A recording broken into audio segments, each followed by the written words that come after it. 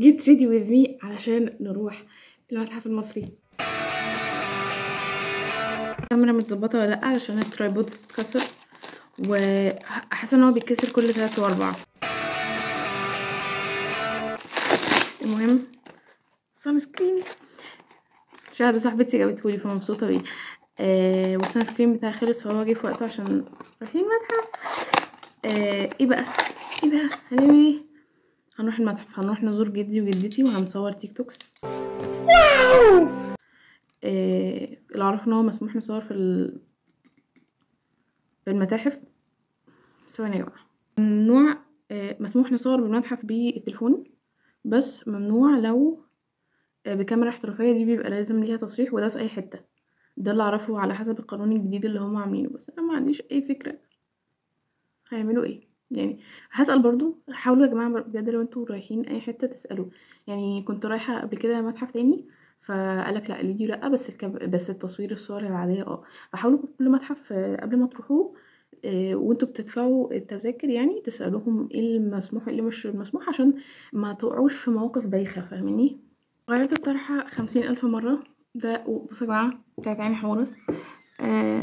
كنت هسجل عليه مفتاح الحياة بس قلت دي شكلها عامل زي الصليب بلاش ادخل نفسي في شغلات، فجبت دي فمبسوطة بيها النهاردة ان انا هلبسها وانا رايحة المتحف. محتاجة اخرج لانها دقيقة كمان واغير الاوتفيت كله مش بس الطرحة. يلا يا رب يكونوا سامعيني كويس. انا مستنيه الباص اللي هيوديني المتحف معايا عين جدي. لايف ابديت من الانجل الرهيب ده. كنت هتوه بس الحمد لله افتكرت اسال. كنت هركب الباص الغلط. مره لما خرجت مع زينب واحده صاحبتي كنا كل 5 دقايق نتوه. يا رب ما توهش على ما اروح المتحف.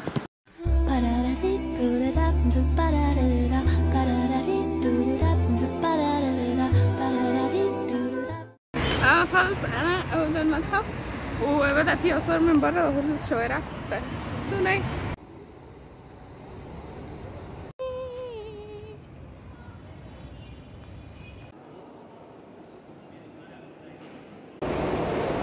المتحف كبير قوي ومليان اوض ومبسوطه.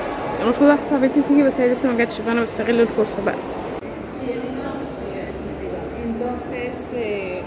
المثال اللي وريت لكم صورته ده دلوقتي ده المفروض بيعملوا تمثيل صغيره شبه المتوفي ويحطوها معاه علشان لو عليه اي زي دين كده حاجات بتاع التمثال ده تروح تعملها بدل ما هو يعلق في الحياه، فهو المتوفي بقى ساعتها ينتقل الى العالم الاخر بامان. لقيت عمود قدي 5-6 مرات.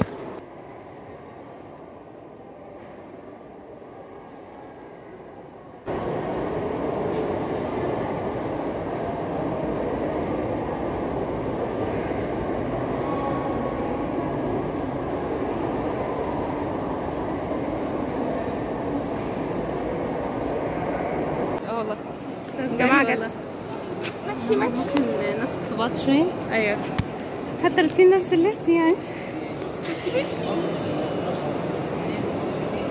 يلا نروح نزور كتاب جدادي اللي بالدنيا. بجد المتحف كبير جدا جدا جدا جدا.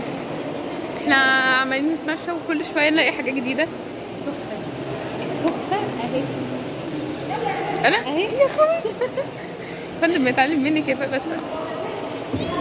حرفيا شايفين يا جماعه التمثالين دول احنا مش جايين في حجم صباعه، وده مش لان احنا صغيرين، ده لان فعلا انا اول مره انا اكيد مش هينفع نطلع نقعد على رجليها بس لا بس عشان فعلا احجامها كبير. في عمود هناك ما اعرفش هو ايه بس هم اكيد جايبينه من معبد كبير لدرجه لما شفته اللي هو يا الله رهيب رهيب رهيب. المصري القديم وهو بيعتني بالحاجات اللي حواليه. احنا في البلد والله العظيم اقتصادنا ما بدأش يوقع غير لما بطلنا نهتم بالبقر بصراحه. برديه 20 متر. 20 متر بس انا مش عايزه اكشف بتويا مش صراحه بقى. روعه. هنروح نشوف قناع توت عنخ امون بس ما ينفعش ندخل الكاميرات وما ينفعش نصور مش هنعرف اللي عايز بقى يجي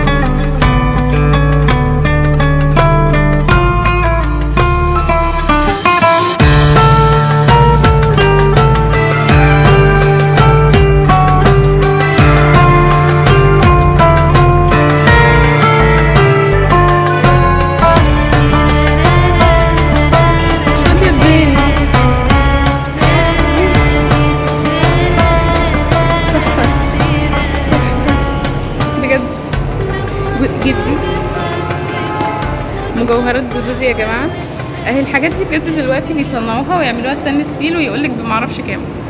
جدي ويقولك اوريجينال وفكره بتاع جدي عاملها من 7000 سنه اللي ما كانش قبلها. شوف جناح دلوقتي يا جماعه مليان كميه توابيت والالوان فيها واضحه كانهم لسه راسمينها حالا. الكاميرا ظلمها لان انا بصور بالتليفون ما عنديش كاميرا فالكواليتي قذره، بس الالوان رهيبه رهيبه رهيبه رهيبه. عامه رحله جميله انصح ولادي يروحوها في المستقبل لو انتوا بتتفرجوا في. انا حاسه ان انا متهيألي ان في هناك مومياوات بس انا مش شايفاها. يا جماعه لقينا ده والله عاملين عليه سحر يا جماعه. اتجوز هنا كتاف الراجل بالدنيا ما بالك بقى بباقي. البوس ده رهيب. جدي جدي الحته بتاعتي مراتي. ابو الهول ما لمحتش الغريب وغلاوة طربوشك يا عرابي ما شفت حد. الفيس مثل ابو الهول. عايزين نروح ننط في النيل فهنتمشى. ايه بنتشوي يا جماعه. شمس تلسع المسلم والكافر. استغفر الله العظيم يا رب. تمام. بس هنروح نبص على النيل بقى ناخد عليه بصه نطمن ان هو ما هربش ولا حاجه.